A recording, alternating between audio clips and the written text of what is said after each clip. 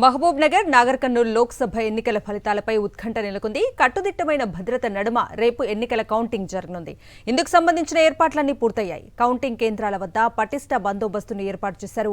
లెక్కింపు తర్వాత ప్రదర్శనలు, ర్యాలీలు, విజయోత్సవాలకు అనుమతి లేదని అధికారులు స్పష్టం చేశారు. ఉమ్మడి పాలమూరు జిల్లాలోని 2 లోక్సభ ఎన్నికల ఫలితాలపై పూర్తి సమాచారం మా ప్రతినిధి విజయ్ భాస్కర్ అందిస్తారు.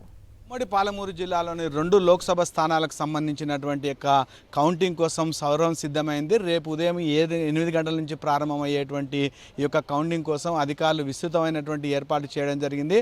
మహబూబ్ నగర్ నియోజకవర్గ పరిధిలో ఉండేటువంటి యొక్క 8 నియోజకవర్గాలు ఏవైతున్నాయో 7 నియోజకవర్గాలు ఏవైతున్నాయో వాటికి సంబంధించినటువంటి కౌంటింగ్ అంతా కూడా పాలమూరు యూనివర్సిటీలోని వివిధ బ్రాంచ్లో ఉండేటువంటి యొక్క బిల్డింగ్లో వాటికి సంబంధించినటువంటి యొక్క కౌంటింగ్ కొనసాగుతుంది. ఇందుకోసము యూనివర్సిటీలో ఉండేటువంటి 3 బిల్డింగ్లను ఇందుకొరకు తీసుకోవడం జరిగింది.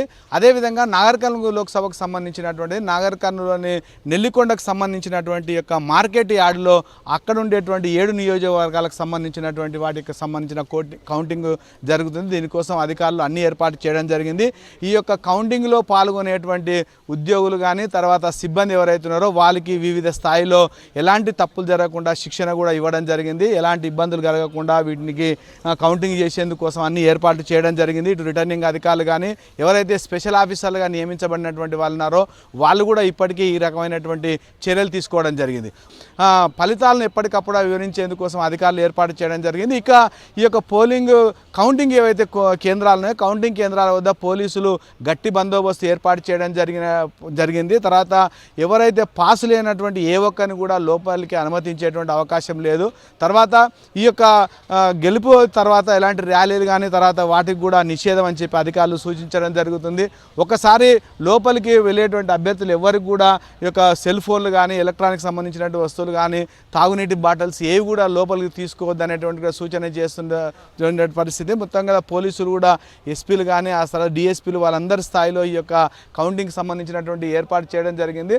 అయితే ఏ కౌంటింగ్ కేంద్రం అయితే ఉందో దానికి సమీపంలోనే ఈ యొక్క స్ట్రాంగ్ రూమ్ ఏర్పాటు చేయడం జరిగింది. ఆ స్ట్రాంగ్ రూమ్ వద్ద గత నెల 13 తర్వాత ఏదైతే ఎన్నికలు జరిగినాయో అక్కడి నుంచి ఇమీడియట్గా 7 కాన్స్టిట్యున్సీలకు సంబంధించినటువంటి యొక్క ఈవీఎంలు అన్నీ కూడా ఇక్కడ స్ట్రాంగ్ రూమ్లో భద్రపరచడం జరిగింది. రేపు ఉదయం వివిధ పార్టీలు ఏవైతున్నాయో పోటీ చేసిన అభ్యర్థులు కానీ పార్టీలకు సంబంధించిన ప్రతినిధులు ఎవరైస్తారో వారి సమక్షంలో అధికారులు ఈ యొక్క స్ట్రాంగ్ రూమ్ ఓపెన్ చేయడం జరుగుతుంది. ఆ తర్వాత కౌంటింగ్కి సంబంధించినటువంటి కేంద్రాలకు వాటిని బందోబస్తు మధ్య తరలించడం జరుగుతుంది. ఇక కరెక్ట్ 8 గంటలకు మాత్రము ఎవరైతే ఎంప్లాయీస్ చేసినటువంటి యొక్క పోస్టల్ బ్యాలెట్ ఉంటుందో వాటిని లెక్కించడం జరుగుతుంది. 8:30 నుంచి మాత్రం ఈవీఎంలకు సంబంధించినటువంటి లెక్కింగ్ జరుగుతుంది.